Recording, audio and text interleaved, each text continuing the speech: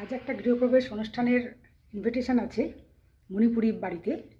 তো তার জন্য আমি রেডি হয়ে গেছি। তো আজকে আর আমি রান্নাবান্না কিছু করছি না।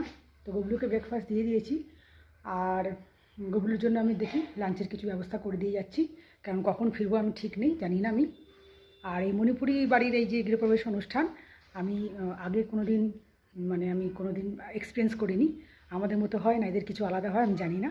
তো যাই হোক, হ্যাঁ, তো আজকে সেটা আমি এক্সপিরিয়েন্স করব। তো চলো আমি যাই আর দেখি কীরকম ওখানে।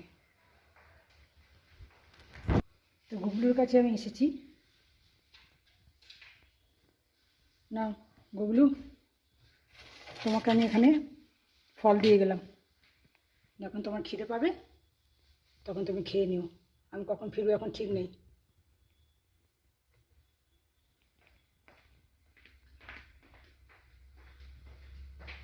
বসো, তুমি খেয়ে নেবে, হ্যাঁ।